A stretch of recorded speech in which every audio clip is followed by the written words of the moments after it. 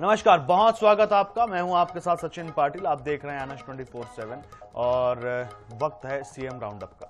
तो मुख्यमंत्री डॉक्टर मोहन यादव नई दिल्ली में आयोजित इंडिया एआई इम्पैक्ट समिट 2026 में पहुंचे।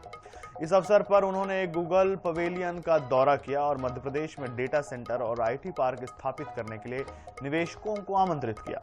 मुख्यमंत्री ने कहा कि एआई की मदद से प्रदेश की चिकित्सा और तकनीकी विकास को नई गति मिलेगी। इसके अलावा वे खजुराहो नृत्य महोत्सव में वीडियो कॉन्फ्रेंसिंग के जरिए शामिल हुए। रिपोर्ट देखिए। मुख्यमंत्री ने शुक्रवार को नई दिल्ली के भारत मंडपम में आयोजित इंडिया एआई इम्पैक्ट समिट 2026 के समापन सत्र में सहभागिता की।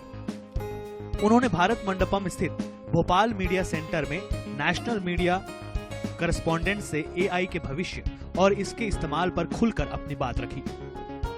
उन्होंने कहा कि प्रधानमंत्री नरेंद्र मोदी ने एआई से निर्भय होकर देश के हित में काम करने पर जोर दिया है। हमारी सरकार प्रदेश की समृद्धि के लिए सभी चुनौतियों से उबरकर तेज गति से आगे बढ़ रही है। राज्य के चिकित्सा क्षेत्र में एआई की मदद से सही समय पर बीमारियों की पहचान और उनका निदान एवं सुदूर अंचलों तक बेहतर सुविधाएं मुहैया कराने के लिए राज्य सरकार संकल्पित है। मध्य प्रदेश में नए नए उद्योग स्थापित करने के लिए हमारे पास पर्याप्त भूमि और पानी उपलब्ध है। प्रत्येक क्षेत्र में हम एआई का उपयोग करने जा रहे हैं कि सुशासन को लेकर के एआई का बेहतर से बेहतर उपयोग होता है। हमारी जन कल्याणकारी नीतियों को नीचे तो उतारने में हम इसका लाभ लेंगे। पर्यटन को भी, पर्यटन में धार्मिक पर्यटन, खासकर उज्जैन जैसी जगह पर जब 2028 में सिंहस्थ मेला होने वाला है और 40 करोड़ से ज्यादा लोग आने वाले हैं, ऐसे में सब व्यवस्थाओं के प्रबंधन में भी इसका बड़ा लाभ है और भविष्य में आने वाली चुनौतियों से निपटने में भी इसकी मदद होने वाली है।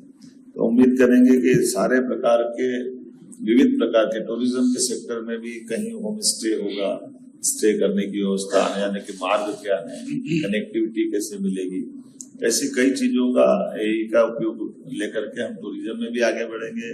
हेल्थ है, एजुकेशन है, एग्रीकल्चर, जो मैंने पहले कहा है, प्रत्येक क्षेत्र में इसका लाभ। सीधे सीधे एआई का प्रत्येक किसान कैसे उपयोग करेगा, ये एक चुनौती तो रहेगी, लेकिन हमारा एग्रीकल्चर डिपार्टमेंट इसमें बड़ी भूमिका अदा करेगा। मुख्यमंत्री ने मध्य प्रदेश में डाटा सेंटर स्थापित करने के लिए बड़े निवेशकों और कंपनियों को आमंत्रित किया। इससे प्रदेश की समृद्धि और तकनीकी विकास को गति मिलेगी। साथ ही प्रदेश में आईटी पार्क को बढ़ावा दिया जा रहा है ताकि युवाओं को अपने ही राज्य में रोजगार के अवसर मिले और वे एआई जैसी नई तकनीकों का लाभ उठा सकें। इसके अलावा मुख्यमंत्री खजुराहो नृत्य समारोह में वीडियो कॉन्फ्रेंसिंग के जरिए शामिल हुए। Bureau report, INH news, Bhopal.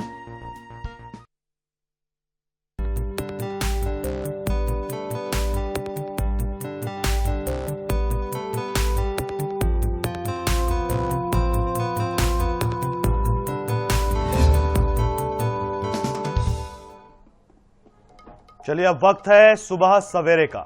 तो रीवा में इन दिनों पोस्टर वॉर को लेकर राजनीति गर्मा गई है। शहर के कॉलेज चौराहे पर कांग्रेस नेता राहुल गांधी के खिलाफ विवादित पोस्टर लगाए गए। पोस्टर में उन्हें ब्रेन लेस बताते हुए आपत्तिजनक टिप्पणियां की गई है। पोस्टर में लिखा है कि राहुल गांधी के ब्रेन लेस होने के फायदे पार्टी की नेचुरल स्टुपिडिटी सबके सामने आ जाती है। इतना ही नहीं, पोस्टर में कांग्रेस का चुनाव चिन्ह भी उल्टा दर्शाया गया है। ये पोस्टर भाजपा नेता गौरव तिवारी ने लगवाया है।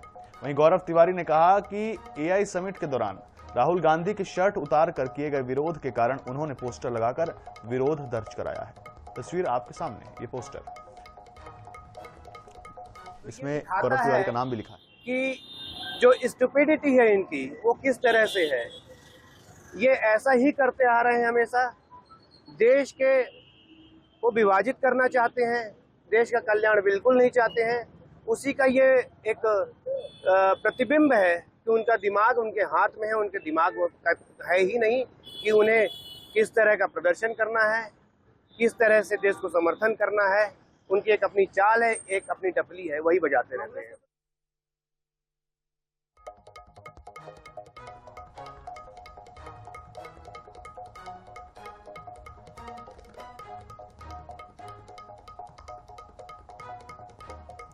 तो पोस्टर में राहुल को ब्रेनलेस बताया गया है। राहुल यानी कि राहुल गांधी, जो नेता प्रतिपक्ष है, और इस तरीके से कांग्रेस पार्टी पर पलटवार किया। बीजेपी नेता गौरव तिवारी ने, उनका भी नाम लिखा हुआ है पोस्टर पर। नीचे आप देख सकते हैं भाजपा का चुनाव चिन्ह भी है और राहुल गांधी के साथ में उन कार्यकर्ताओं की तस्वीर है, शर्टलेस तस्वीर है ये, जिन कार्यकर्ताओं ने भारत मंडपम में एआई इम्पैक्ट के दौरान विरोध प्रदर्शन किया था भारत और अमेरिका ट्रेड डील को लेकर। उत्तर प्रदेश के पूर्व मुख्यमंत्री अखिलेश यादव का दतिया एयरपोर्ट पर समाजवादी पार्टी के नेताओं और कार्यकर्ताओं ने गर्मजोशी से स्वागत किया। इस दौरान एयरपोर्ट पर बड़ी संख्या में समर्थक मौजूद रहे। वहीं स्वागत के बाद पूर्व मुख्यमंत्री अखिलेश यादव झांसी के लिए रवाना हो गए। झांसी में वैवाहिक कार्यक्रमों में शामिल होने अखिलेश यादव आए हैं। सबको देखते हुए कार्यकर्ताओं में उत्साह देखने को मिला।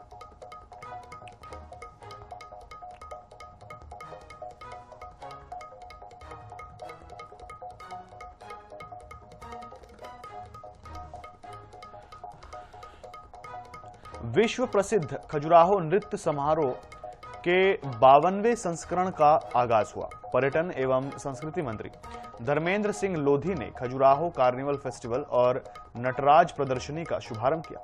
राजनेताओं की लेट लतीफी इस बार विदेशी मेहमानों और स्थानीय दर्शकों को रास नहीं आई।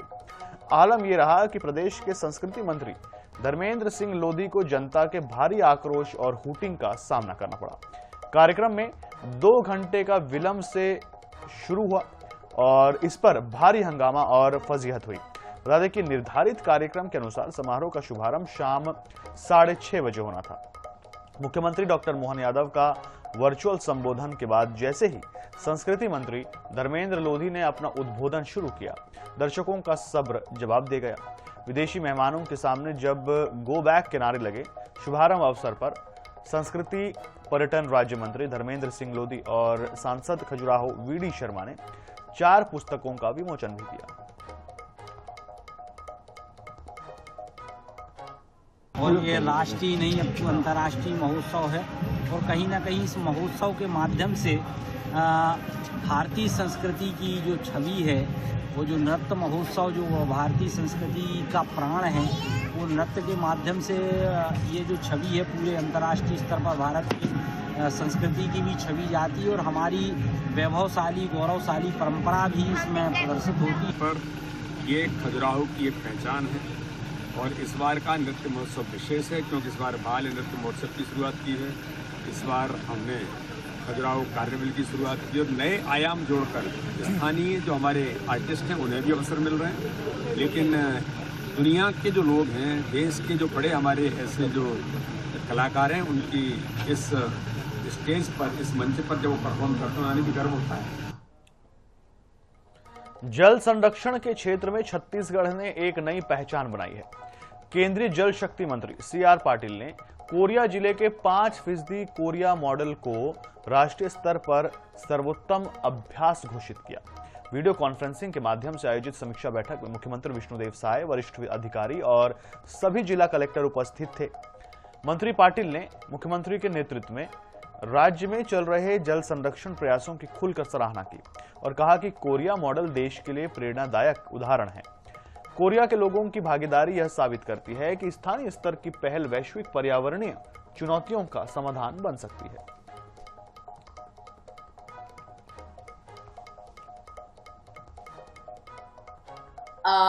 मोरगांव मोर पानी अथवा आवा पानी झोंकी जो हमने कोरिया जिले के लिए स्पेसिफिकली पिछले साल से कार्यक्रम चालू किया था, मुख्य उद्देश्य इसका यह था कि जन भागीदारी से ही जल संरक्षण के कार्य हों।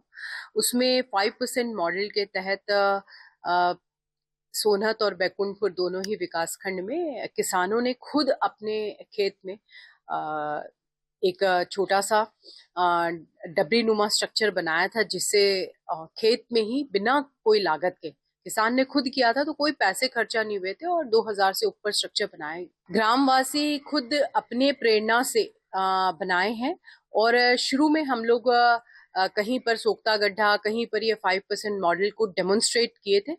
जिला पंचायत इसमें अग्रणी भूमिका निभाया है, तो उनकी मदद से पूरे जो जनपद के CEOs हैं उन लोगों ने डेमोन्स्ट्रेशन दिया और कहीं ना कहीं बिना लोगों के इन्वॉल्वमेंट के तो इतना बड़ा काम हो ही नहीं सकता है। तो लोगों का इन्वॉल्वमेंट इसमें बहुत अच्छे से हमको मिल रहा है और इवन जनप्रतिनिधियों का। बिलासपुर में बिलासा एयरपोर्ट के विस्तार की दिशा में बड़ा कदम उठाया गया है। पहली बार एयरपोर्ट पर नाइट लैंडिंग का सफल परीक्षण किया गया। छत्तीसगढ़ शासन के स्टेट प्लेन से लैंडिंग की टेस्टिंग की गई, जिसमें runway lighting system, approach lights और एयर ट्रैफिक कोऑर्डिनेशन सहित सभी तकनीकी पहलुओं की बारीकी से जांच की गई। ट्रायल के दौरान सभी व्यवस्थाएं संतोषजनक पाई गई, जिससे भविष्य में नियमित नाइट ऑपरेशन का रास्ता साफ हो गया है। अब किसी भी मौसम और कम विजिबिलिटी की स्थिति में बिलासा एयरपोर्ट पर फ्लाइट ऑपरेशन संभव हो सकेंगे। नाइट लैंडिंग सुविधा शुरू होने से यात्रियों को अधिक फ्लाइट विकल्प मिलेंगे और क्षेत्र की कनेक्टिविटी में भी विस्तार होगा। ट्रायल ऑपरेशन के दौरान एयरपोर्ट डायरेक्टर, क्षेत्रीय निदेशक, नागर विमानन सुरक्षा ब्यूरो रायपुर सहित अन्य अधिकारी मौजूद रहे। अब जल्द ही फ्लाइट्स की संख्या बढ़ने की उम्मीद है। बिलासपुर एयरपोर्ट ने 3C IFR के लिए काम कर शुरू किया था 2022 से। उसमें बहुत सारे चीज काम सभी लोगों ने मिलकर काम किया है और बहुत सारा इक्विपमेंट्स इंस्टॉल हुआ है, बहुत सारा प्रोसीजर बनाया है और DGCA ने 6 फरवरी को IFR का लाइसेंस दे दिया है। ग्वालियर हाईकोर्ट परिसर में डॉक्टर भीमराव अंबेडकर की प्रतिमा लगाने को लेकर शुरू हुए विवाद में एक बार फिर से उबाल दिखाई दे रहा है। S4 यानी कि स्वर्ण समाज समन्वय समिति 22 फरवरी को बड़े स्तर की सामाजिक गोष्ठी आयोजित करने जा रही है। इंद्रप्रस्थ गार्डन में होने वाले कार्यक्रम में मुख्य वक्ता S4 के संस्थापक और शांभवी पीठ के पीठाधीश्वर आनंद स्वरूप महाराज होंगे। वहीं वक्ता पूर्व प्रधान आयुक्त डॉक्टर अनूप श्रीवास्तव होंगे। इधर कार्यक्रम आयोजित करने के लिए जिला प्रशासन ने कड़े शर्तों के साथ अनुमति दी है। प्रशासन ने साफ कहा है कि किसी भी रूप में शहर का माहौल खराब नहीं होना चाहिए। गौरतलब है कि S4 लगातार अपने बयानों में कह चुका है कि वे डॉक्टर भीमराव को संविधान निर्माता नहीं मानते। असली संविधान निर्माता VN राव है। फिलहाल जिला प्रशासन आयोजन पर पैनी निगाह रखे हुए है, जबकि S4 के आयोजक होर्डिंग से जता रहे हैं कि मैं आ रहा हूं, जो शहर में चर्चा का विषय बना हुआ है।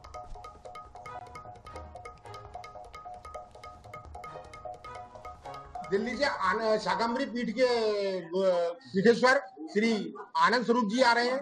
उनके साथ अनूप श्रीवास्तव जी आ रहे हैं, जो रिटायर्ड GST आयुक्त हैं।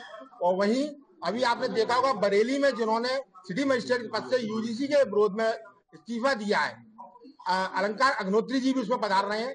करणी सेना के दोनों राष्ट्रीय अध्यक्ष महिपाल सिंह मकराना, राज शेखावत जी भी उसमें पधार रहे हैं। उनके साथ और भी कई लोगों की आने की स्वीकृति मिल रही है। हमारे पुलिस अधिकारियों और जिला प्रशासन के अधिकारियों की जो आयोजक पक्ष से हुई हैं और जो चर्चाएं हुई हैं, उससे उनको स्पष्ट कर दिया गया है कि जो संगोष्ठी का स्वरूप बहुत संतुलित होना चाहिए।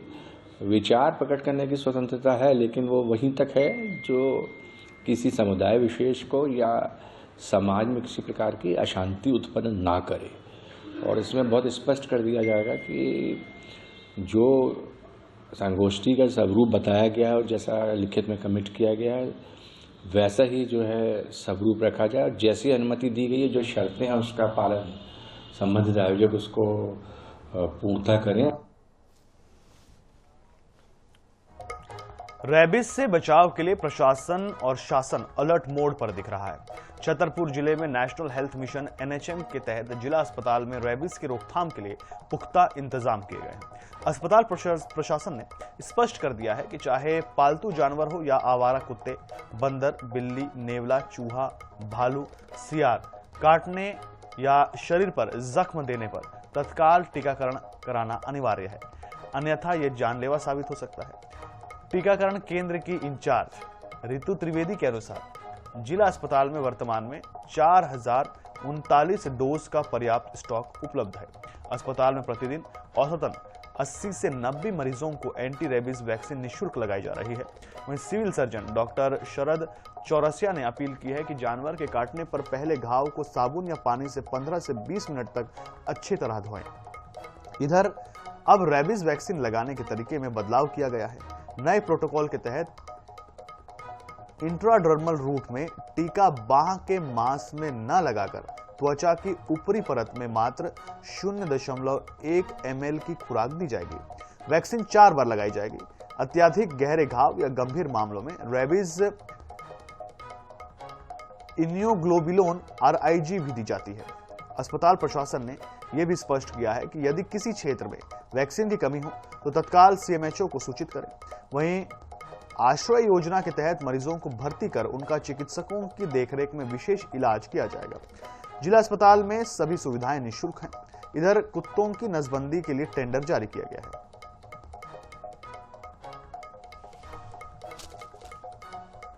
अभी हम जो है इंट्राडर्मल रूट से यहाँ जिला अस्पताल में इंजेक्शन लगाए जा रहे हैं, जिसमें हम 0.1 ml जो है वो लगाते हैं दोनों कंधों पर, और इसको 0, 3, 7 और 28 इन डेज में इसका वैक्सीनेशन जो है वो हम करते हैं। सेफ्टी पर्पज से मैंने बस इंजेक्शन लगवाया है रेबीज का, ताकि आगे कोई प्रॉब्लम ना हो, क्योंकि रेबीज का ऐसा है कि आप तुरंत रोकथाम कर लोगे तो ठीक है, आगे कोई इलाज नहीं है। सड़कों पर जो आवारा कुत्ते हैं उनकी नसबंदी का जो अभियान आया है, उसके लिए हमने ABC सेंटर डिजाइन करके उसका टेंडर अपलोड कर दिया है, जो मार्च में ओपन हो जाएगा। और ABC सेंटर बनने के पश्चात उसमें उनको रखा जाएगा, जहां उनकी नसबंदी की जाएगी। साथ ही वहीं पास में एक आश्रय स्थल की भी योजना है, जिसमें इस प्रकार के जो पागल या आवारा कुत्ते होंगे जो बुजुर्गों को, बच्चों को किसी भी प्रकार की हानि पहुंचाते हैं, तो उनको भी वहां रखकर इलाज के लिए भेजा जाएगा। इसका फैजल नाम है, 5 साल का हो गया, 6 महीने लगा है अभी। कैसे हो गया? इसको कैट ने पंजे मार दिया है। छतरपुर जिला प्रशासन के द्वारा अब कुत्तों की नसबंदी के लिए टेंडर जारी किए हैं, जो मार्च में ओपन होंगे। क्योंकि छतरपुर के जिला अस्पताल के यदि हम हालात देखें तो छतरपुर के जिला अस्पताल में लगभग 80 से 90 मरीज प्रतिदिन यहाँ पर रेबीज के इंजेक्शन लगवाने के लिए यहाँ पर लाइन में खड़े होते हुए नजर आते हैं। वहीं हम आपको बता दें कि जिला अस्पताल प्रबंधन के द्वारा जहाँ ये तमाम व्यवस्थाएं जुटाई जा रही हैं, वहीं आश्रय योजना के तहत जो है एक टेंडर जारी किया गया है, जो मार्च में ओपन होगा। और इस योजना के तहत जिन लोगों को कुत्ते या आवारा जानवरों के द्वारा काटने के बाद बीमारी से ग्रसित हो जाते हैं, उनको वहां पर इलाज दिया जाएगा। इलाज देने को लेकर वहां पर पूरी टीम गठित की गई है। वहीं नगर पालिका CMO माधुरी शर्मा का कहना है कि हमारे द्वारा एक पूरी टीम गठित की गई है, जो आवारा कुत्तों को पकड़ने का काम करेगी। ये 2 टेंडर जारी हो रहे हैं, जिसमें कुत्तों की नसबंदी और आश्रय योजना के तहत कुत्तों को काटने के बाद उनको इलाज के लिए वहां पर रखने का इंतजाम किया जाएगा। INS के लिए छतरपुर से विनोद मिश्रा की रिपोर्ट। मध्य प्रदेश सरकार के प्रस्तुत बजट में इस बार ग्वालियर के अलग अलग सेक्टर और क्षेत्र के विकास के लिए बजट में प्रावधान रखा गया है। खास बात यह है कि इस बार चिकित्सा और चिकित्सा शिक्षा के क्षेत्र में भी ग्वालियर के 1000 बिस्तर के अस्पताल और गजरा राजा मेडिकल कॉलेज की आवश्यकताओं को भी ध्यान में रखा गया है, जिसको लेकर मेडिकल कॉलेज प्रबंधन में हर्ष का माहौल है। बता दें कि राज्य सरकार स्वास्थ्य और चिकित्सा के क्षेत्र में जनता को राहत देने विशेष प्रयास करती दिखाई दे रही है। इसी के तहत गजरा राजा मेडिकल कॉलेज और उसके अधीन संचालित होने वाले JAH अस्पताल समूह का भी बजट में ध्यान रखा गया है। बाकायदा उसके लिए एक राशि भी सुनिश्चित की गई है। खास तौर पर कैंसर और हृदय रोग से संबंधित बीमारियों के बेहतर इलाज और रिसर्च के लिए भी बजट में प्रावधान किया गया है। वहीं ग्वालियर अंचल की डॉग बाइट की ज्वलंत समस्या को ध्यान में रखते हुए जिले में भी 2 स्वान नसबंदी केंद्र खोलने की घोषणा की गई है। नए अस्पताल जिसमें mother and child hospital, neurology, neurosurgery और कार्डियोथोरेसिक सर्जरी, कुछ बच्चों के छात्रावास हैं जिसकी बहुत ज़्यादा क्राइसिस हो रही है, नर्सिंग कॉलेज की बिल्डिंग ये सब खत्म हो गई हैं, ये भवन भी पुराना है, तो कुछ के रिनोवेशन और नए रिकंस्ट्रक्शन के प्रस्ताव हमने भेजे हैं, उन पे काफ़ी चर्चा हुई है, वो बात आगे भी बढ़ी है और मुझे लगता है कि इस विषय को कहीं ना कहीं माननीय मुख्यमंत्री जी के नेतृत्व में संज्ञान में लिया गया है। ग्वालियर में रक्त रोगों और रक्त कैंसर के क्षेत्र में नवीनतम शोध, आधुनिक उपचार और पद्धतियां और आपसी सहयोग को बढ़ावा देने की नई पहल हो रही है। इस उद्देश्य से दूसरी राष्ट्रीय स्तर की कॉन्फ्रेंस का आयोजन किया जा रहा है, जिसमें देश भर के दिग्गज डॉक्टर इकट्ठा हुए हैं। इस कॉन्फ्रेंस को हेमेटोलॉजी और हेमेटो ऑन्कोलॉजी सम्मेलन 2026 नाम दिया गया है। आयोजकों का कहना है कि बीमारी की जड़ का असली कारण खून की जांच से पता चल सकता है। उसके बाद होने वाली बीमारियों का आसानी से परीक्षण और इलाज किया जा सकता है। कॉन्फ्रेंस में अनेक विषयों के विशेषज्ञ शामिल हुए जो प्रैक्टिकल डिस्कशन के माध्यम से आधुनिक उपचार की रणनीति तैयार कर रहे हैं। बता दें कि हेमेटोलॉजी और हेमेटो ऑन्कोलॉजी सम्मेलन में देश भर के विख्यात hematologist multiple myeloma, thalassemia, hemophilia, bone marrow disorders, ITP, transfusion medicine सहित अनेक महत्वपूर्ण विषयों पर चर्चा कर रहे हैं। इस कॉन्फ्रेंस में श्री अरबिंदो विश्वविद्यालय इंदौर की कुलपति डॉक्टर ज्योति बिंदल सहित अनेक दिग्गज हस्तियां शामिल हैं।